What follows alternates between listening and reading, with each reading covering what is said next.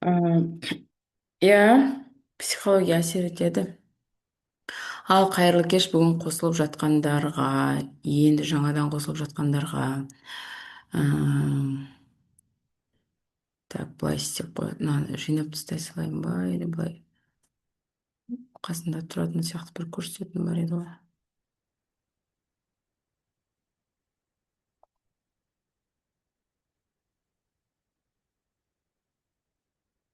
Так,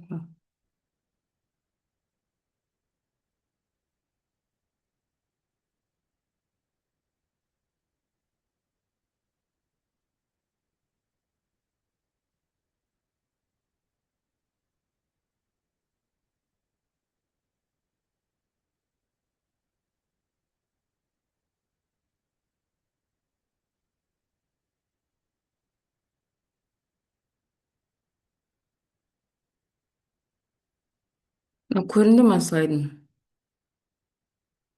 Былай нормально көріне ма сіздерге, или былай қояйын ба? Жоқ, жоқ, көрініп тұрған жоқ, там көрініп тұрған жоқ. Так, Слайд емес, басында ашқан нәрсеңіз. Енді ашылып тұр, иә. енді көрінді, иә?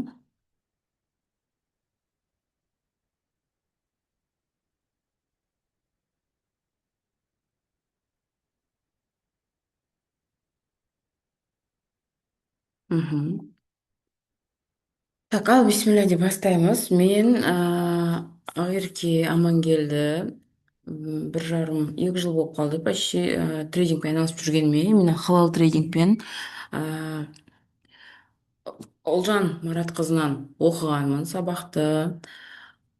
Қазір Ұлжан Маратқызында 1 жылдай кураторлық жұмыс жасадым. Сол жақта басты куратор болып жұмыс жасадым. Одан кейін қазір 2-3 ай болды ма бөлініп шыққаныма, яғни өзім жеке сабақ беріп енді бастадым. Сол себептен қазір жалпы мынау Инстаграмдағы танылып жатқан трейдинг саласының ішінде именно халалы бар деп сол бағытта адамдарға халал трейдингтің бар екенін көрсету мақсатында, иә, мынау харамда жүргендер, именно хауиздида, дейтрейдингте, скальпингте минусқа көп кіріп жатқан адамдарды халал трейдингтің жолына тарту бағытында осындай тегін сабақтар өткізіп жүрмін. Өзім туралы. Скальпингте минус.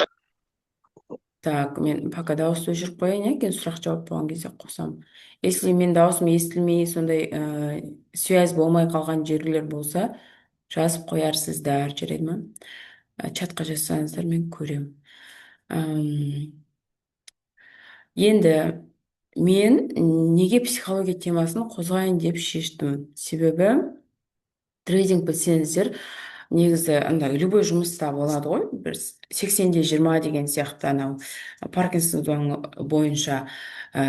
И бұл жерде де 80-20 несі бар да, яғни 80% психологияны тұрады, яғни 20% сен трейдингтің заңдылықтарын, трейдингті үйренсең де, сен практиковать ету, ары қарай жұмыс жасауының барлығы психологияға келіп тіреледі.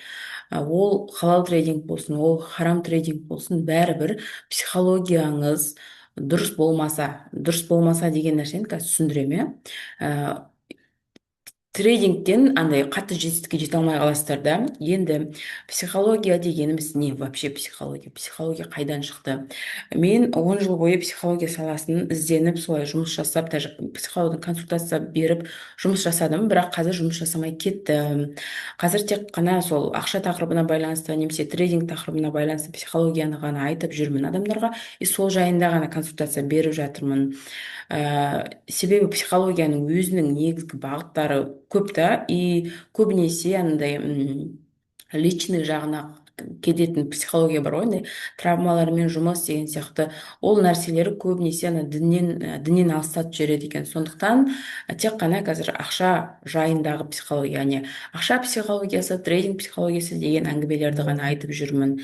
Одан кейін мен 2 жылдай болып қалды тоже дін жолына бет бұрғаныма. Именно жаңағыдай Құранды оқып, тәфсирларын қарап деген сияқты сол нәрсемен, іліммен айналыса бастағаннан кейін көп нәрсенің дұрыс емес екеніне көзім жетіп жатыр да, яғни 10 жыл бойы психологияны оқып жүрген көп нәрсенің дұрыс емес екеніне былайша көзім ашылып жатыр. Сол себептен трейдингте жетістікке жетудің 7 қадамы мына жерге жазып қойдым, қазір сол қадамдарды талқылайтын боламыз.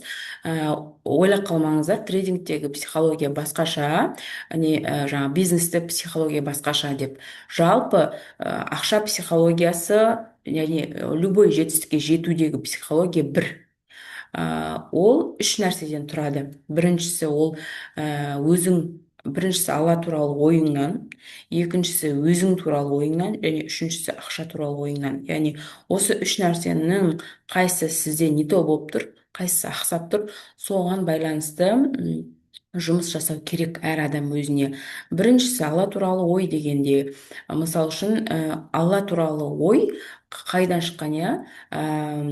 Құдси хадисте алла тағала айтады, құлым мен жайлы қалай ойласа, мен сондаймын дейді да. Яғни бұл жерде сіздер алла туралы ой дегенде, мен именно алланы жаман деп ойлап жатырмын деп ойлап қалмаңыздар. Алла туралы ой деген кезде бұл әлем туралы ой, иә, қасыңыздағы адамдар туралы ой, немесе вот Қазақстандағы жетістікке жету туралы ой, жалпы сіздің қоршаған ортаңыз туралы ойдың бәрі сол алла туралы ой дегеннің ішіне кіріп кетеді. Яғни сіз ойлайсыз, қазіргі заманда жетістікке жету қиын, оған обязательно көке жәке керек деген сияқты ойлауыңыз мүмкін, немесе обязательно бизнеспен айналысу үшін көп ақша керек деген сияқты ой болуы мүмкін. Тағы да не, яғни Қазақстанда барлығы пара бермесе ешқандай жетістікке жете алмайды деген нәрсе болуы мүмкін. Яғни миларыңыздағы қандай өзіңізді шектейтін нәрсе болса, вот соның бәрі алла туралы ой. Немесе жұрттың бәрі жетістікке жет, бірақ менің қолымнан келмейді деген нәрсе, иә. Яғни алла тағала жұрттың бәріне беруі мүмкін, бірақ маған бермейді деген бір сенім деп айтсақ, андай сенім деген, былайша айтқанда, адамның ішінде уже қалыптасып кеткен нәрсе да. Мысалы, сенімсіздік деген, вот сондай сенім болса ішіңізде, яғни мен басқалардың қолынан келуі мүмкін, немесе басқалар осы айналысса атып кетеді, мен айналыссам деген мен қиналып табамын деген сияқты сондай сенім болса, онда жаңағы алла туралы ойыңызбен жұмыс жасау қажет. Екіншісі, бұл адамның өзі туралы ой. Яғни өзі туралы көбінесе адамдардың екі позициясы болады да по жизни. Яғни кейбіреулер ойлайды, менің жолым болғыш деп. Кейбіреулер ойлайды, менің андай мен жұртқа қарағанда сәл жолым болмайды, менің қолымнан көп нәрсе келмейді деп ойлайды. Кімде вот сондай бар реально? Адамдар көбінесе адамдардың да сөзінен байқауға болады да. Сөйлесіп отырған кезде адамдар айтады да, біреулердің жетістігі неғылған кісі, енді оңкі молодец қой ол деген, жаңағыдай жұмыс жасайды да, ол істеп кетеді деген сияқты.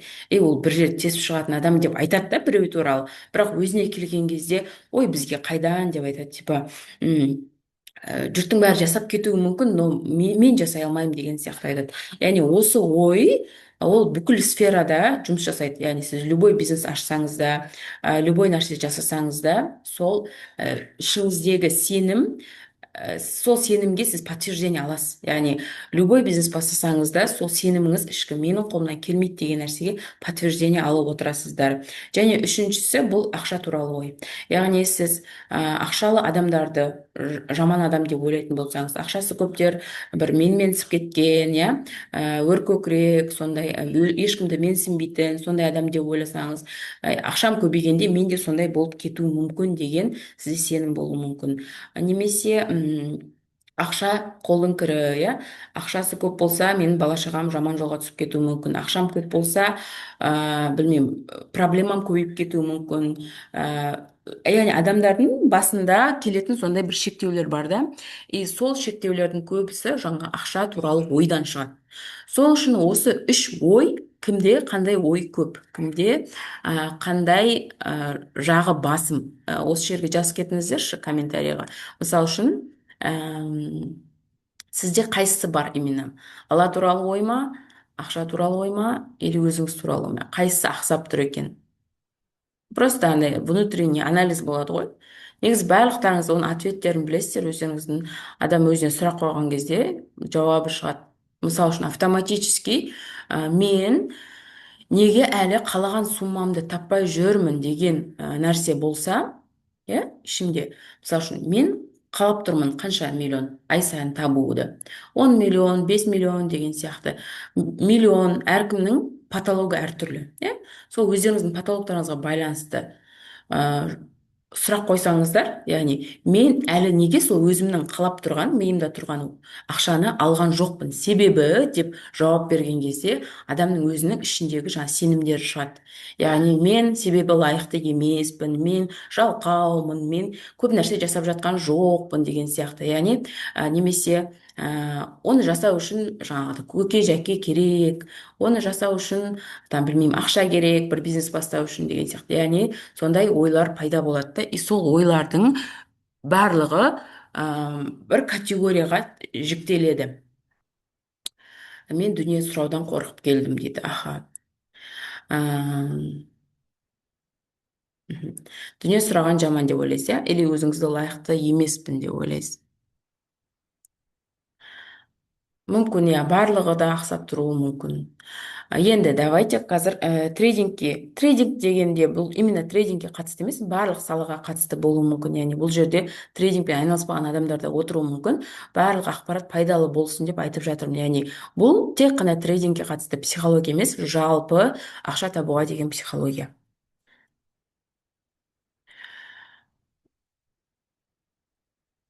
Так, қазір осы қадамдарды айтып жатқан кезде іштеріңізден аха, мен мына қадамды дұрыс жасамай жүр екенмін деген сондай бір не шығады, бір инсайттар шығады.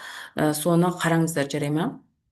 Сосын андай бірінші қадам трейдингтің философиясын ұғыну. Яғни көбіміз көріп жүрген инстаграмнан басқалар машина алып жатқан, үй алып жатқан трейдинг, ол көбінесе былай айтқанда харам трейдинг та. Яғни хауизимен, скальпингпен, дейтрейдингпен, биткоинмен сатып алып жатқан, ол жерде өте көп ақша салынып жатыр. Яғни сіздер ондай сумманы салмайсыздар, сразу айтайын. Ондай сабақтарға барудың өзі өте опасно. Яғни олардың курстары 700-800 мың тұрады. Курстарын сатып аласыздар, одан бөлек жаңағыдай боттар предлагать етуі мүмкін. Одан бөлек сіздің өзіңіздің неге салатын, портфельге салатын ақша керек. Ол ақшаны қайтару үшін одан кейін тағы да үстіне ақша салу керек болады. Яғни солай адамдар өте көп минусқа түсіп кетіп жатыр. Кім байып жатыр ол жерде? CFD брокерлар және де байып жатыр сондай курс сататындар. Яғни сондай хаюзидің, скальпингтің курсын сататындар байып жатыр. Поэтому ондай курстарға андай тез байып кету үшін бармаңыздар. Тез байып кету жолы жоқ. Просто тез моментально бір айда 10 күнде байып кету жолы жоқ. Оның артында сіздерге айтылмаған өте көп минус бар. Менің директіме келген сообщенияларды өткенде біз шығардық, иә, инстаграмға, сторисқа. Яғни 10 миллион қарызға кіріп кеттім, 8 миллион қарызға кіріп кеттім, 16 миллион қарызға кіріп кеттім, хаюзимен айналысып, биткоинмен айналысып деген адамдар өте көп сообщение жазды, да. Поэтому тез байып кету жолы жоқ. Просто қазір сол иллюзияны миларыңыздан сындырып тастаңыздар. Баюдың жолы бар, ол аз-аздан тұрақты табыс табу. Бұл именно халал трейдингпен айналысу. Енді қараңыздар, неге? Себебі бұл жерде сіз азаннан кешке дейін ноут қасында отырмайсыз. 24/7 свеча аңдымайсыз, денсаулығыңызды құртпайсыз. Кәдімгі жұмыс сияқты аптасына 5 күн жұмыс істеп, 2 күн демаласыз. 5 күн максимум 1 сағат 2 сағат қана уақытыңызды кетіресіз. Яғни жүрегіңіз тыныш, нақты жүйе бар және ұзақ мерзімді нәтиже күтесіз Алла тағаладан. Сразу андай бум деген сияқты бір волшебная палочка күтпейсіз, иә. Екінші қадам бұл ниетті түзеу. Яғни сіз любой курсқа бара жатқан кезде, немесе любой салаға бара жатқан кезде, любой бизнес ашып жатқан кезде тез байып кетіп, ештеңе істемей жатамын деген ниет болмау керек. Яғни ақша тапқандағы ниеттеріңіз андай срочно тез байып кетуің керек та, сосын аяқты аспаннан келтіріп жатам деген болмайды, иә. Неге? Себебі Абай Құнанбаев айтқан, иә, қарны тоқтық, уайымы жоқтық аздырар адам баласын дейді. Яғни сіздің азып кетпеуіңіз үшін, азғындап кетпеуіңіз үшін Алла тағала итакта көп байлықты бермейді. Яғни қазір Алла тағала сізге байлық бермей жатыр ма, значит бұл сізге хайырлы болғандықтан. Сіздің Алла тағала дұрыс емес жолға түсіп кететініңізді, немесе бала шағаңыздың дұрыс емес жолға түсіп кететіндігін білгендіктен, ол ақшаның келуі, үлкен суммамен келуі сізге хайырлы болмағандықтан да сізге бермей тұр. Яғни просто сіз оны көтере алмайсыз. Вот поэтому бермейді. Сол үшін ниетті түзеп қоямыз. Қалай түзейміз ниетті? любой салада, любой ақша тапқан кезде ниетті түзейміз, тек жақсы жағына қарай. Яғни алла тағаланың разылығы үшін мен табыс табамын, қандай дәрежеге жету үшін? Зекет беретін дәрежеге жету үшін, қажылық жасауым үшін, иә, свободный қажылық жасауым үшін, жаңағы білмеймін, әке шешемді қажылыққа апару үшін, немесе құлшылықтарымды андай не дейді бір элементарный ақшаны, кредитті, қарызды ойламаған кезде құлшылығыңды спокойно жасайсың да. Яғни уже ештеңе сені тревожить етпейді, ішіңде уайым жоқ деген сияқты. Вот элементарно сондай нәрсеге жету үшін мен дұрыстап ақша табуым керек. Яғни сіздің базовый потребностьтарыңыз жабық тұрған кезде сіз құлшылықты да дұрыс жасайсыз. Вот элементарно осындай нәрсеге қою керек. Психология трейдингке байланысты айтып жатырмын. Трейдингке байланысты жетістікке жетудің 7 қадамын. Сол үшін трейдингте де келген кезде сразу байып кетем деп қоймайсыздар. Ниетті не істейсіздер? Трейдинг бұл бір айда табылатын күшті сума емес. Трейдинг айлардың емес, жылдардың ойыны. Яғни сіз трейдингте бір жыл қиналуыңыз мүмкін, немесе 6 ай қиналуыңыз мүмкін, бірақтан да 5 жылдан кейін, 10 жылдан кейін сіз үлкен нәтижеге жетесіз. Даже 1,5 жылдан кейін, мысалы үшін мен нәтиже көріп жатырмын ба, дәл сол сияқты сіздер де нәтиже көресіздер. Просто бастапқы уақыттағы қиындыққа төзе білу керек. Себебі сіз осы қиындықтан өткен кезде алла тағала сіздің уже дайын екеніңізді біледі, және сіз нәпсіңізді тәрбиелеу арқылы, өзіңізді тәрбиелеу арқылы қандай да бір руханида, материалдықта жетістікке жетесіз да, и сол даму жолында боласыз. Яғни сіздің рухани мақсаттарыңыз, материалдық дүниеңіз дамыған кезде сіздің рухани дүниеңіз дамып отыру керек қоса. Егер материалдық дүние тек дамып кетіп, рухани дүние қалып кеткен кезде адам определенный бір патологқа жеткен кезде құлайды.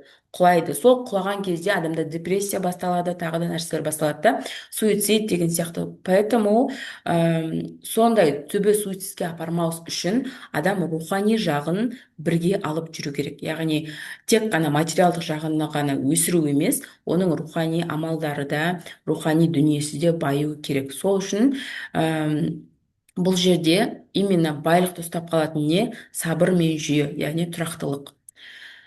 Келесі, үшінші қадам реалист болу. Кез келген бизнес айналысатын кезде сіздерге капитал керек, иә? Мен шәкірттерге всегда айтамын, пожалуйста, көп ақшаны сразу трейдингке салуға болмайды.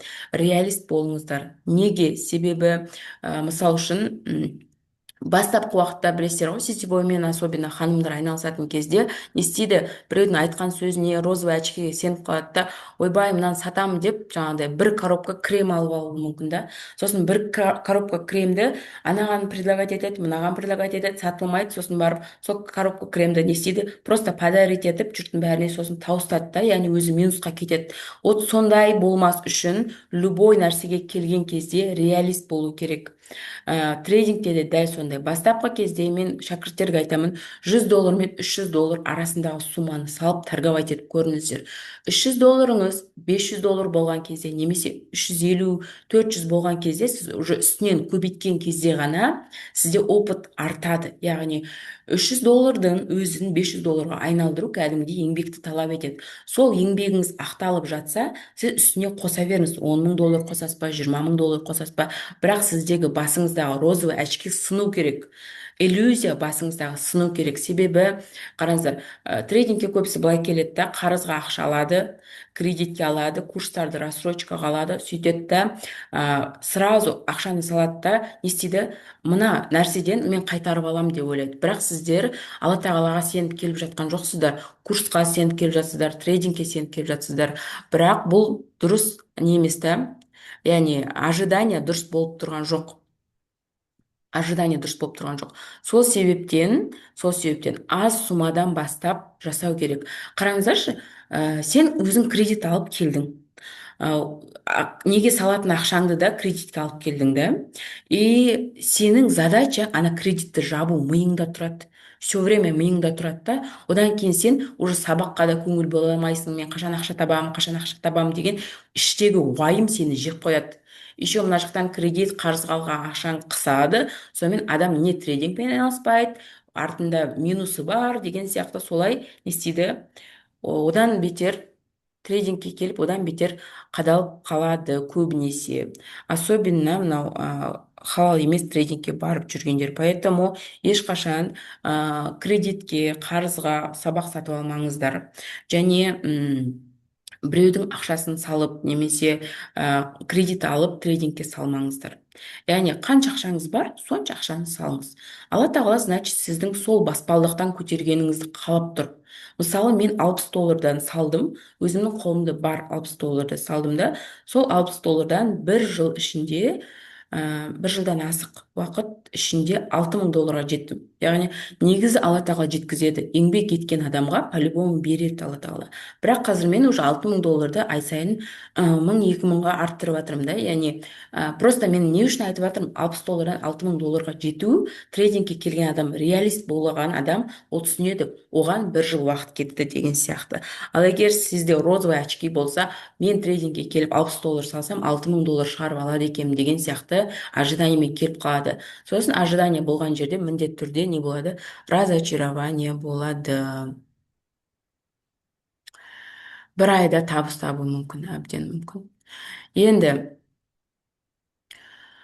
қараңыздаршы, сіздер аз сумма салсаңыздар, неге мен 100 доллардан баста деп айтамын бастапқы уақытта, 100 доллар, 300 доллардан баста деп. 100 доллар деген 50 мың теңге, иә. Осы дүниеге дейін, осы уақытқа дейін, осы жасыңызға дейін сіз қанша 100 доллардың басына суып келдіңіз ғой, былайша айтқан кезде. Любой бизнес бастасаңыз да, любой, білмеймін, андай крупный традиционный бизнестердің кем дегенде 2 миллион, 3 миллион, 5 миллион ақша керек, любой бизнес бастаған кезде. Ал мына жерде сіз 100 доллармен бастайсыз да өзіңіздің бағыңызды сынап көресіз. 100 долларыңызды 200 доллар қылған кезде, 300 долларыңызды 500 доллар қылған кезде сізде трейдинг саласына деген сенімділік артады. Сіздер ойлап қалмаңыздар, 100 долларды ойбай мен бір жыл көбейтеді екенмін деп. 100 долларды 200 доллар қылу үшін бір ай кететін шығар максимум, немесе 1,5 ай деген сияқты. Яғни оған өте аз уақыт кетеді, но сіз ол үшін еңбек етуіңіз керек. Яғни бір ай күнделікті 2 сағат уақытты бөлу керексіз. Кейбір адамдарға 2 сағат уақыт трейдингке ой көп деп бөлінуі мүмкін да, бірақ 20 жыл, 30 жыл медбике болып жүргендер бар, мұғалім болып жүргендер бар. Сондағысы қанша суммаға айлықтарына 150-200 мың айлыққа солай жүрді жұмыс жасап. Яғни неужели өздеріңіздің дамуларыңыз үшін, өздеріңіздің баюларыңыз үшін күнделікті 2 сағат мына салаға жалко. Просто егер саналы түрде ойланатын болса адам, онда өз-өзіне жауапкершілік алатын болса, реально реалист болып жұмыс жасайтын болса, онда спокойно ақша табуға болады. Сондықтан үшінші қадам реалист болу керек, любой салаға барған кезде. Төртіншісі, өте маңызды шаг. Төртіншісі,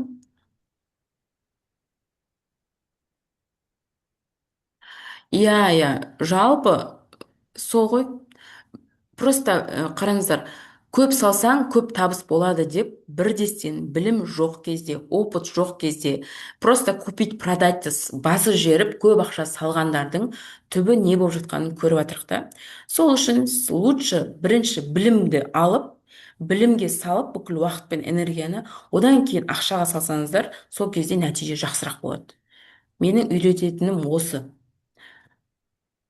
Одан кейін психология табыстың негізі. Любой салада, трейдингте емес, басқа да емес.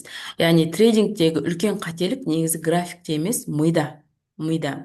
Сондықтан адамның миында салыстыру болса, яғни өзін басқалармен салыстыру, трейдингке особенно бірінші келген адам не істейді? Мысалы үшін, мен өзімнің табысымды қазір көрсететін болсам, сіздер менің табысыма келесіздер да, андай қызығыпшы, вау, трейдингке келсем жаңа 1000 доллар табады екенмін, 2000 доллар табады екенмін деп ойлап қаласыздар. Сөйтіп келесіздер, бірақ сіздер менің артымдағы багажымды білмейсіздер ғой. Яғни мен бір жарым 2 жыл бойы тер төккенімді, сабақ оқығанымды, менің опытымды, мен еще куратор болғанымды, оның бәрін білмейсіздер да. Сіздер не істейсіздер? Мені өздеріңізбен салыстырасыздар. Сөйтесіздер да, ол салыстырудың түбі өздеріңізді жеуге алып келеді. Яғни мен істей алмай жатырмын, мен өзім дұрыс анализ жасай алмаймын, мен әлі ТВХ таба алмаймын деген сияқты өз-өзіңізді жеуге алып келеді. Құнсыздандыру деген нәрсеге алып келеді. Сол үшін Сол үшін ең құпталатын нәрсе бүгінгі өзіңіз бен кешегі өзіңізді салыстыру. Яғни сіз 5 жыл бұрын сіз, ну, 5 жылдық бұрынғы әрекеттерімізге қарасақ, реально тупой болдық қой, реально өздеріңіз ойлаңыздаршы. Просто вот 5 жыл бұрынғы мен Ақеркемен салыстыратын болсам, сол кезде вот до такой степени бір бас істемейтін нәрселер жасағанда, қазір одан ақылдырақпын, иә. Дәл сол сияқты келесі жылы мен мысалы үшін басқаша әңгіме айтуым мүмкін, менің рухани ахуалым басқаша болуы мүмкін, менің материалдық ахуалым басқаша болуы мүмкін. Сондықтан тек қана не істейсіздер, өзіңізді өзіңізбен ғана салыстырасыз. Өзгелермен, өзгелердің ақшасымен салыстырмаймыз. Бізде көбінесе шәкірттер особенно тапқан табысты немен жібереді да, чатқа процентпен жібереді, жекеге андай немен жібереді, ақшасын көрсетіп жібереді, типа. Неге олай? Себебі адамда қызғаныш сезімі кетуі мүмкін, өз өзін салыстыру сезімі кетуі мүмкін. Яғни анау көбірек тауып жатыр екен, мен аз тауып жатырмын деген сияқты. А процентпен жіберсе ешкім ешкімдікін анықтай алмайды, ешкім ешкімнің патологын, полын білмейді деген сияқты ғой. Себебі біреудің патологы біреуге пол болуы мүмкін да. Яғни біреу 300 доллармен сауда жасап жатыр, біреу 30 мың доллармен сауда жасап жатыр. Сондықтан әркім әртүрлі суммада сауда жасап жатырғандықтан біз процентпен көрсетеміз, адамдардың арасында салыстыру болмас үшін. Екіншісі қорқыныш. Қорқыныштан қашудың қажеті жоқ. Қорқыныш бұл Алла тағаланың бізге берген несі, сезімі, иә. Алла тағала, білесіздер, еш нәрсені андай ысыраппен жаратпайды. Яғни любой ойымызға берілген сезім бар ма, ол уайым сезімі болсын, ол қорқыныш сезімі болсын, барлығының бір предназначениесі бар, яғни жасы атқарылу керек жұмысы бар. Сондықтан қорқыныш сезімі екі түрлі болады. Ол физикалық және эмоционалды, иә. Физикалық деген, мысалы үшін, сіздің артыңыздан бір ит қуып келіп жатыр. Ит қуып келіп жатыр, немесе қасқыр қуып келіп жатыр. Сіз не істеу керексіз? Қашу керексіз.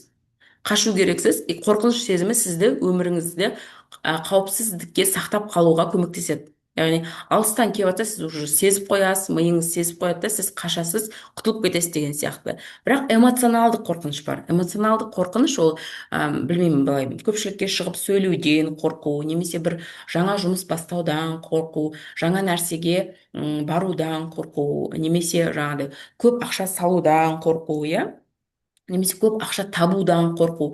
Эмоционалды қорқыныштың артында бір миымыздағы бір қауіп бар да, яғни неопределенность дейді ғой, мысалы үшін белгісіздік сезімі бар. Сол белгісіздік сезімінен кейін адам былай ойлап қалады да, а вдруг нашар болып кетсе, а вдруг мен ұтылып қалсам, а вдруг маған бәрі күлсе, а вдруг мен жасай алмай трейдингтен шығып кетсем, минусқа кіріп кетсем, позор болсам.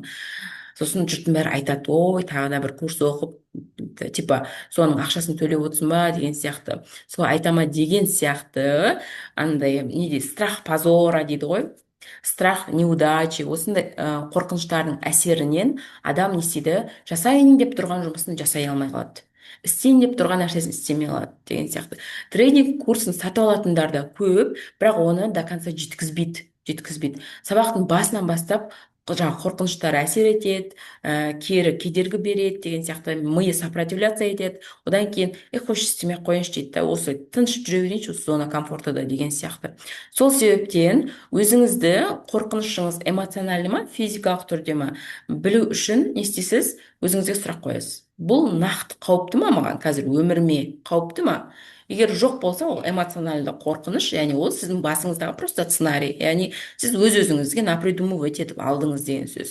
Сондықтан нақты қорқыныш болса, физикалық, ол сізді сақтайды, яғни сізді, өзіңізді, денеңізді, миыңызды, жаныңызды, тәніңізді сақтайды. Егер ол жалған қорқыныш болса, ол сізді просто тоқтатады. Яғни жетістікке жетуден тоқтатады, бір нәрсе жасаудан тоқтатады, өзіңіздің қабілеттеріңізді ашудан тоқтатады, иә.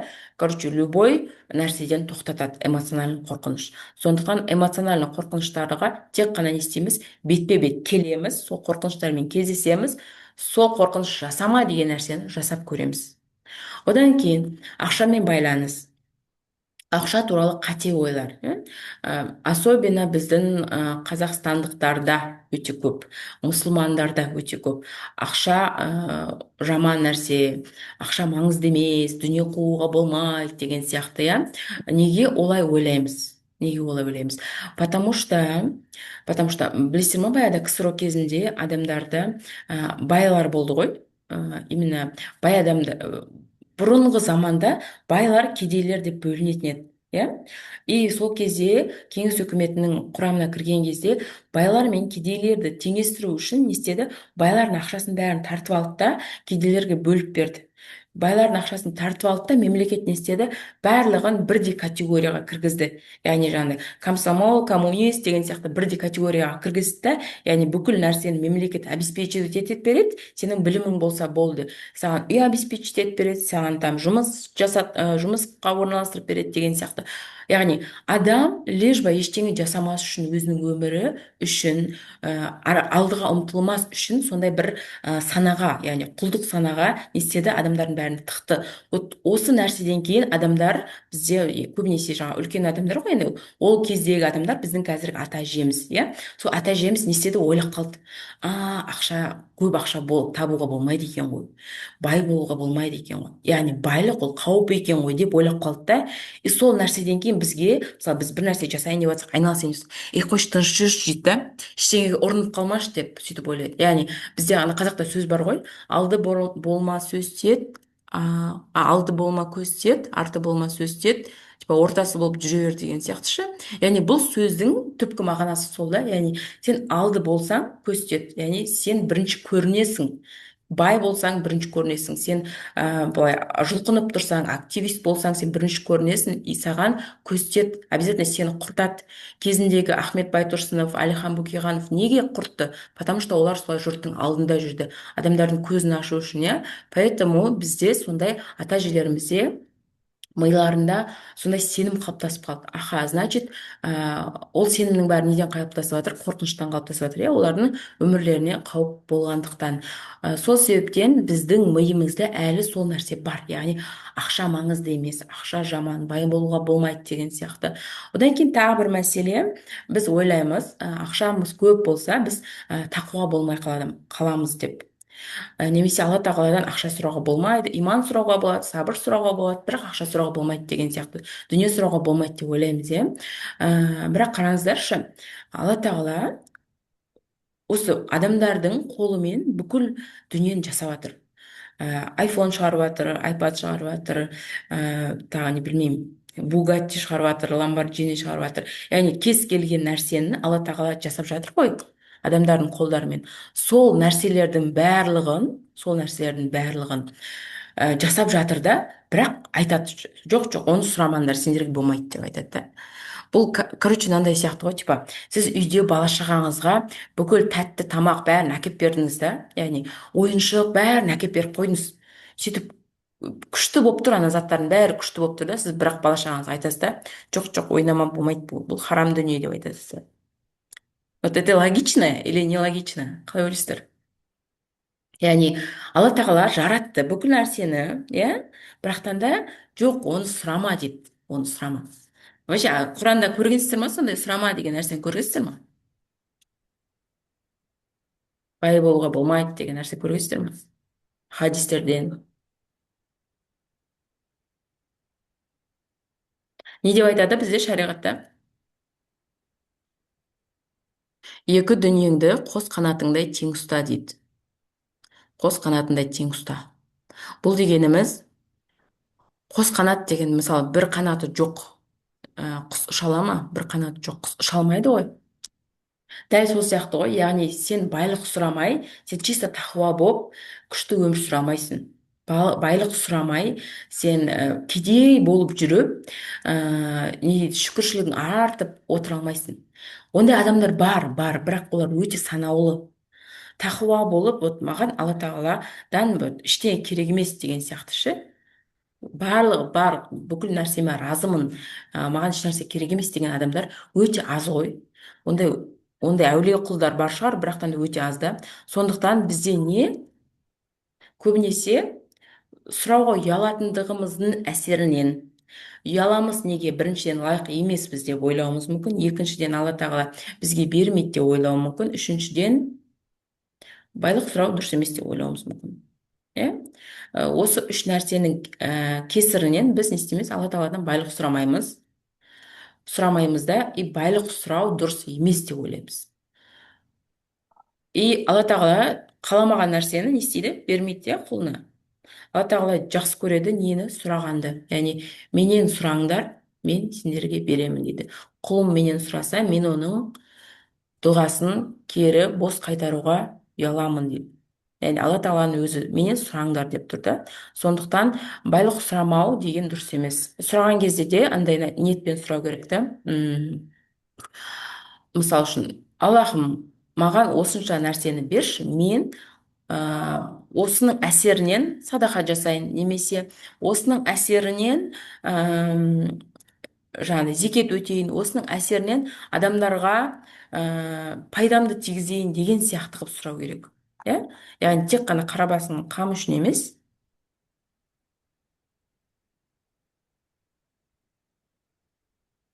Иә, шүкіршілік темасы ол, иә, шамалы басқаша. Но вообще сұрау жайлы айтып жатырмын да қазір.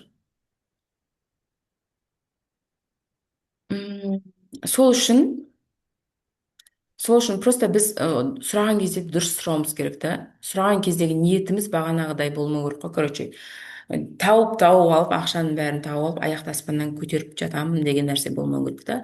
Табасың сен біреуге пайдаңды тигізу үшін. Мысал үшін білесіздер ғой, иә, алма ағашы өседі, иә, қанша уақыт ол жаңағы жас бұтақ болып тұрады, сосын өсиет ол, сосын жаңағы бүршік жаяды, жапырақ атады деген сияқты қанша жыл өседі, жемісін береді. Ол не істейді? Бүкіл жақтан жаңағы топырақтан энергияны алады, калий алады, фосфор алады, күннен сәулесін алады, жаңбырдан су алады деген сияқты. Сөйтіп барып жеміс береді. Жемісін бірақ өзі жемейді ғой алма ағашы. Яғни оның жемісі басқа адамдар үшін. Дәл сол сияқты сіздердің де табыс табуларыңыз ол басқа адамдар үшін на самом деле. Бірақ сіздер не алу керексіздер? Жаңағы топырақты алып, суды алып, күннің көзінің сәулесін алып деген сияқты жаңа процестердің бәрін жүру керек сіздің жеміс беруіңіз үшін. Яғни сіздің осы өмірге бір пайдаңыздың тиіп кету үшін. Сіз ойламаңыздар, қазір мен ешқандай пайда тигізе алмаймын деген сияқты. Сіздің бала шағаңызға пайдаңыз тиіп жатыр, олардың білім алуына пайдаларыңыз тиіп жатыр, иә. Олардың өміріне, немерелеріңіздің өмірлеріңізге әсер етеді, немесе айналаңыздағы адамдар, көрші қолаң, іні әпкелеріңіздің қарым қатынасына және олардың өміріне әсер етуі мүмкін, сіздің баюыңыз. Сондықтан ойлап қалмаңыздар, типа мен байысам, типа жалғыз өзім не істеп кетемін деген сияқты, бай болып кетемін, немесе жұрттың бәрін менсінбей кетемін деп. Ондай емес, иә.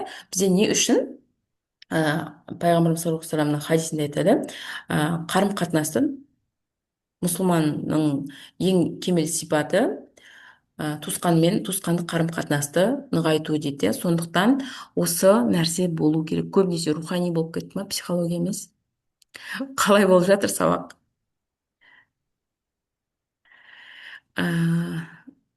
Яғни ақшаға туралы байланыста сондай бір крайностьтан екінші крайностьқа кетіп қалмаңыздар деп айтып жатқаным ғой. Яғни ақша табу жолында тек қана мен деп кетпеу керек та. Шәкәрім Құдайбергенов айтады ғой, мал қандай еді?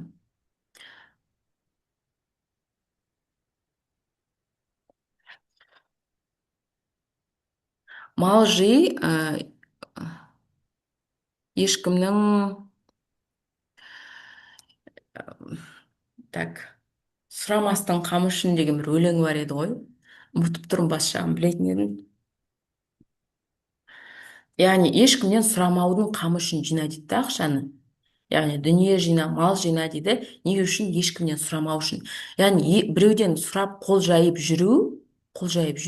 Бұл деген андай унижение да, бұл деген даже не ғой, мұсылманның ана бай мұсылман, иә, беруші мұсылман, алушы қолдан жақсы деген нәрсе бар ғой. Яғни беруші қол, алушы қолдан хайырлырақ деген. Сол нәрсеге келтіріп тұр. Яғни біздің Қазақстанның әдебиетшілерін оқысаңыздар да сол. Иә, мақтан үшін мал жима, жан үшін жи, қазаққа, иә, көз сүзбесін қам үшін жи. Арың сатпа, терің сат, адалды ізде, ғибадат пен адалдық ар үшін жи. осы жердегі өлеңде айтылған, иә, мақтан үшін мал жима, яғни бізде қазір көбінесе ақша жинауымыз, ақша табуымыздың мақсаты сол біреуге дәлелдейін, покажу, докажу деген нәрсе болып кетіп жатыр да. Яғни чисто өзіңіздің жаныңыз үшін. Жаныңыз қай уақытта тынышталады? Сіздің құлшылығыңыз жақсы болған кезде. Жаныңыз қай уақытта тынышталады? Сіздің бүкіл базовый потребностьтарыңыз жабық тұрған кезде деген сияқты. Және де қазаққа көз сүзбесін, яғни біреудің дүниесіне көз сүзбей сұрамас үшін жина деп тұр да. Сосын арыңды сатпай, теріңді сат дейді. Тер деген не ол? Еңбек тер деген. Білетін шығарсыздар, иә? Яғни өзіңнің адал еңбегіңді сат деп тұр. Адал еңбек ет, адалдықты ізде деп тұр. Яғни халал табыс табу жолын ізде деп тұр. Одан кейін ғибадат пен адалдық ар үшін жүр. Яғни сен ақшаң жинап базовый потребностьң жабық тұрған кезде сенің ғибадатың түгел болады деп тұр. Просто андай бір не сөзбен келтіріп кеткен, сондықтан әрекет бар жерде, еңбек еткен жерде, сабыр бар жерде, алла тағаланың беретініне сенген кезде, жүйе бар жерде байлық міндетті түрде келеді. Бұл алланың уәдесі. Яғни алланың қалауымен сізге берілетін чудо, шынайы чудо осы екен. Бесіншісі, трейдингтерден, курстардан ештеңе күтпеу.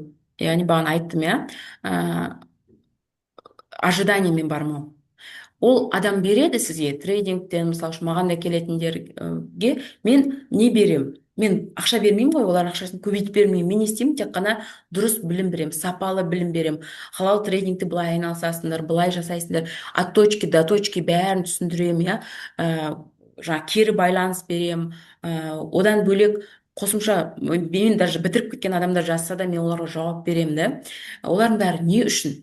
Яғни өзімнің жұмысымды адал істегенім үшін алла тағала олардың ризық несібесін, мысалы үшін мен де ризық несібемді береді жұмысымды адал істегенім үшін, және олардың да адал ризық несібе табуына көмектесемін да, көмектесемін. Ол адамның жауапкершілігі өзінде. Мысалы үшін мен курс сатқан менде, мен сабақ өткен менде 50%, яғни мен өзімнің 50%-імнің бәрін беремін, сабақты түсіндіремін, айтамын, лайфтарымды беремін, сигналдарымды беремін деген сияқты.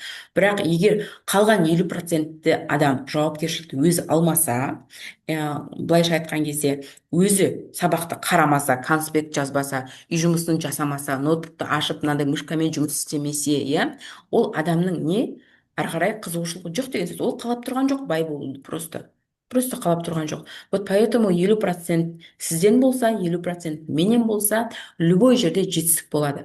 Ал бірақ сіз 50%-ті алмай, ойбай, осы курс маған көмектеседі екен, осы жер күшті екен деп біреудің отзывынан немесе біреудің үй машинасын көрсетіп жатқаннан барып алсаңыз, ожиданиемен сізде міндетті түрде разочарование болады. Себебі неге? Алла тағала ол нәрседен күтпе, менен күт деп айтады. Яғни сен трейдингтен күтпе, менен күт. Трейдингтен сұрама, менен сұра. Курстан сұрама, менен сұра. Яғни біз негізі күтуіміз керек Алла тағаладан. Сізді байытатын трейдинг емес, сізді байытатын Алла. Сондықтан ризықты да беретін Алла. Тек қана не үйретемін мен? Білім, жүйе, бағыт. Яғни адал жолда адал табыс табуды үйретемін. Арнайы бір жүйе, бірінші қадам мынаны жасайсың, екінші қадам мынаны жасайсың, үшінші қадам мынаны жасайсың, сөйтіп табыс табасың деп көрсетіп беремін. Білімімді беремін, ал жағын бәрін Аллаға тапсырамын. Алла тағала кімге не береді, қанша береді, өзі шешеді уже.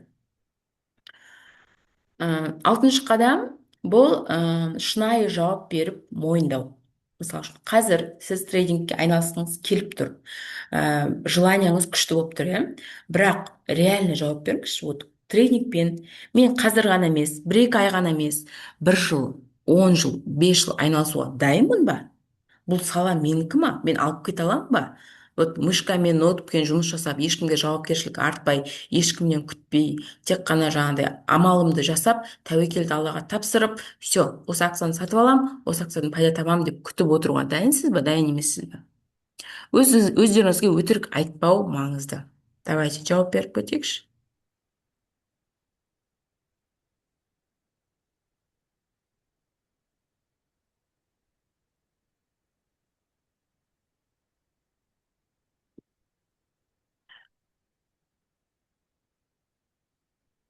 Дайынбыз ба, дайын емеспіз ба?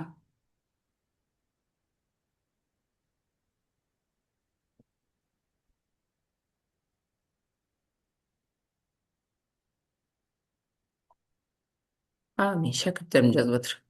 Дайынмын, дайынмын деп.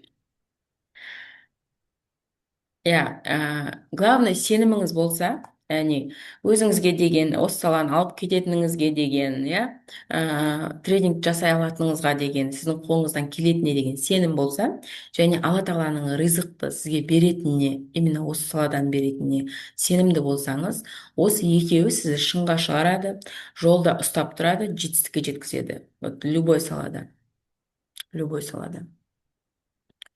Ең бастысы халал трейдингте білім, сабыр, жүйе. Осылар болған кезде барлығы жақсы болады.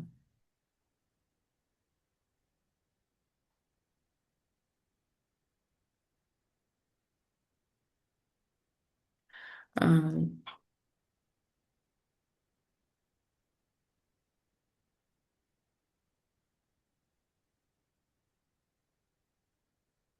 Енді мен осы жақында не бастап жатырмын ғой. Полноценный курс бастап жатырмын да. Полноценный курс бастап жатырмын. Осы жерде отырған адамдар да білетін шығар. Біз Инстаграмда енді жарнама жіберіп бастадық. Ана жолы айттым. Именно осы 7 қадамды түсіндім. Ары қарай жұмыс жасаймын, нарықта сауда жасауды үйренгім келеді, халал трейдинг үйренгім келеді деген адамдарға өзімнің курсыма шақырамын. Бірақ курс сізге арналады. Егер менің түсіндіру тәсілім сізге ұнаса, уже қанша тегін сабақты бердім, иә, көрдіңіздер. Егер сіз андай талмай жұмыс жасауға дайын болсаңыз, яғни практикаға күнде 1-2 сағат уақыт бөлуге дайын болсаңыз, трейдингке арналған артық ақшаңыз болса, қарыз емес, кредит емес, кәдімгідей жаңағы 100-300 долларыңыз болса артық, тез байып кетуде емес, жүйелі өсуді қаласаңыз менімен бірге, курстың ақшасын шығарып алуларыңыз үшін барлық білімді беруге дайынмын. Сондықтан Алланың берген ризығына сеніп, дұрыс бағытты таңдағым келеді десеңіздер, сіздерге бұл курс арналады. Бірақ тез байып кеткім келеді, 1-2 видеоны көріп болды, маған практика керек емес, сразу курстан неге ақшаны тауып кетпедім деген адамдар болса, немесе қарыз кредитке кіріп жасағысы келетін болса, иә, ондай адамдарға арналмаған. Бұл жауапкершілікті чисто курсқа маған ысырудың қажеті жоқ. Андай тез тез ақша табуым керек деген адамдарға емес бұл курс. Мен ондай адамдарды алғым да келмейді. Реально жұмыс істеймін, еңбек етемін, осы салада ұзақ уақытқа табысты болғым келеді деген адамдар ғана келсе жақсы болар еді. Біз иншалла 15-нен бастаймыз онлайн офлайн обучениені. Обучение бойынша сұрақтарыңыз болса, чатқа жаза аласыздар. Еркайым жауап береді, иә? Еркайымға жаза аласыздар. Так, давайте бүгінгі сабақ бойынша сұрақтар қой жерек. Қазір микрофон ашайын. Ашылды ғой деймін. Қандай сұрақтарымыз бар?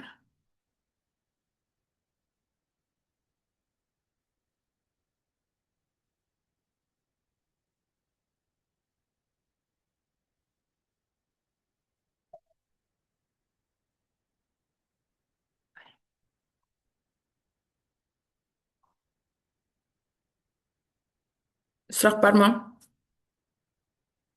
Ұнады ма сабақ? Ә, Қандай бір нелеріңіз бар? Психология бойынша болады ғой. Миларыңызда қалып кеткен сұрақтар болса, мүмкін мен айтпай қалған, атап өтпей қалған нәрселер болса.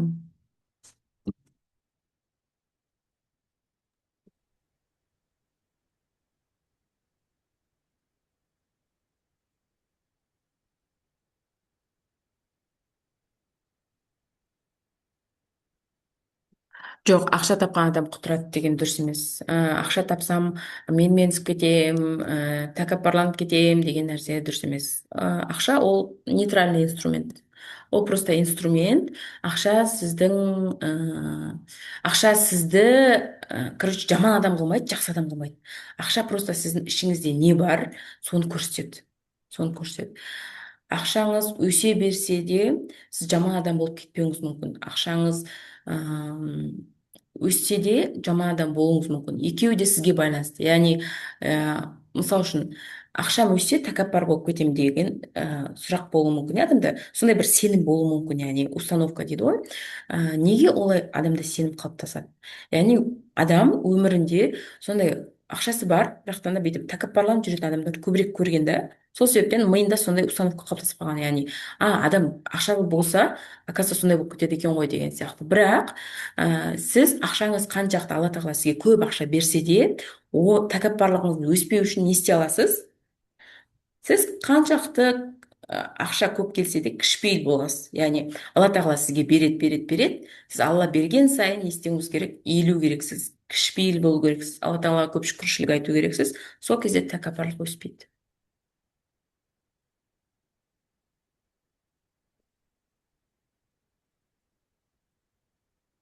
Иә, ақша сапалы өмір сүру құралы, және өмір сүру сапасы қазір артып жатыр. Өмір сүру қымбаттап жатыр. Байқадыңыздар ма? Жылдан жылға өмір сүру қымбаттап жатыр.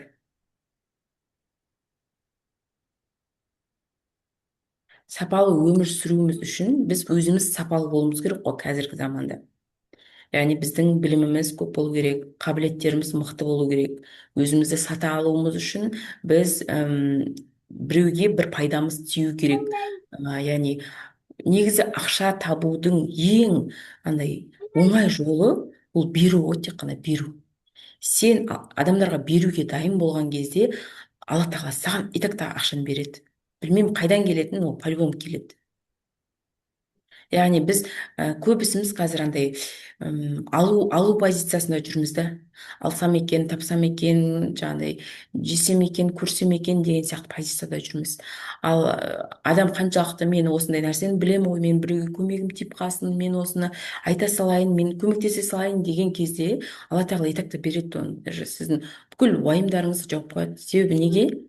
Алла тағаланың бір так хадис па аят па есімнен шығып тұр, бір не бар ғой, қандай да бір мұсылман өзінің мұсылман бауырының қажетін өтесе, мен оның қажетін өтеймін деген. Так худси хадис па или аят па, точно не помню, иә, өздеріңіз іздеп тауып алыңыздар, чат GPT-ға жазасыздар маған. Яғни қандай да бір құл, мұсылман өзінің мұсылман бауырының қажетін өтесе, оның қажетін алла тағала өтеп қояды деген бір не бар. Так точно мен не помню и айтуға қорқып отырмын. Қазір аят деп айтсам, просто алла тағаланың атынан сөйлеп жіберемін да, ол ондай нәрсе болмайды. Сол үшін өздеріңіз ары қарай зерттеп тауып алыңыздар.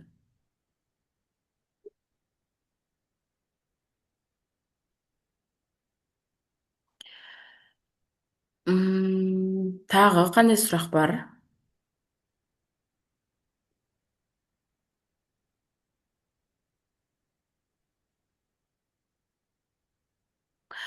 М,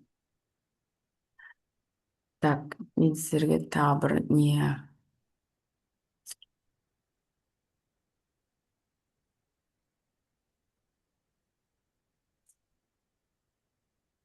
Так, мына жерде бағана 34 па 33 адам отыр еді, 23 адам қалды, 10 адам шығып кетіпті. Ол нені білдіреді? Нені білдіреді? Просто көп адамның айына 200-300 мың жақсы ғой, иә. Енді біреуге жақсы, біреуге жаман шығар. Ол жаңа әркімнің потолок полын өздері анықтайды ғой. Оны жұрт анықтап бере алмайды да.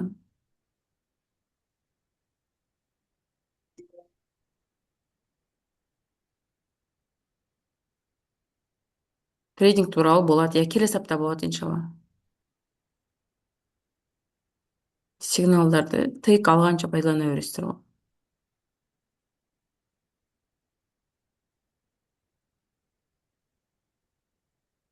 Күшті психология болып жатыр, сол просто жаңағы шығып кеткен адамдарды айтамын да, просто не ғой, адам көбінесе андай болады да, алла тағала туралы бір нәрсе айтып жатқан кезде, немесе бір дін туралы әңгіме айтып жатқан кезде адамдар қорқады ше.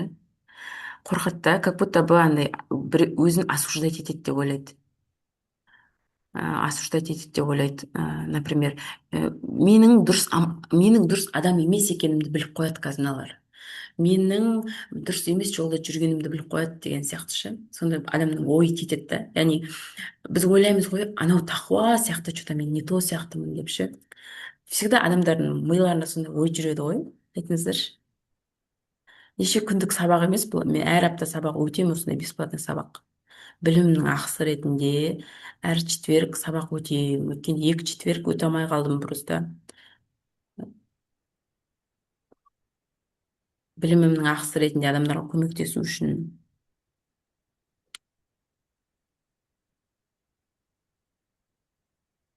Сигналға тәуелді болмауды үйрену керек қой. Сигнал просто шәкірттерге беріледі андай мақсатта. Бастапқы уақытта қорқынышын жеңу үшін, иә, өзінің жаңағы курсқа салған ақшасын қайтарып алу үшін деген сияқты мақсатта беріледі сигналдар. Бірақ сигналға тәуелді болмау керек негізі. Өзің анализ жасап, өзің сауда жасауды үйрену керек. Потому что сигнал беретін адам ауырып қалатын шығар мүмкін, иә. Мүмкін өмірден өтіп кететін шығар, білмейсіз ғой сіз. Одан кейін қайтадан сигнал беретін адам іздеп кетесіз ба? Сол үшін тәуелді болмай сауда жасауды үйрену керек та, өз анализіңізбен өзіңіз кіріп деген сияқты. Платформада, платформа емес, брокеріміз біздің Freedom, Пайдекс, Interactive Investing, яғни заңды брокерлермен ғана сауда жасаймыз. Ал платформа трейдинг вью ғой, сол анализ жасайтын трейдинг вью, Weibo.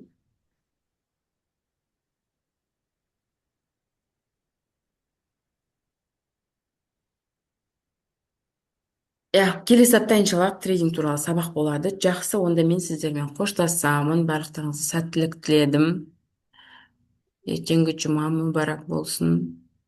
Білімімнің ақысы ретінде осындай тегін сабақтар өтіп жатырмын. Жексенбі күні уже ақшам намазынан кейін ары қарай жұма болып кетеді. Сондықтан өзімнің атымнан осындай жұма садақасын беріп жүрмін әр апта иншалла. Энергия болса, алла тағала күш қуат беріп тұрса, өте беремін, жалғай беремін.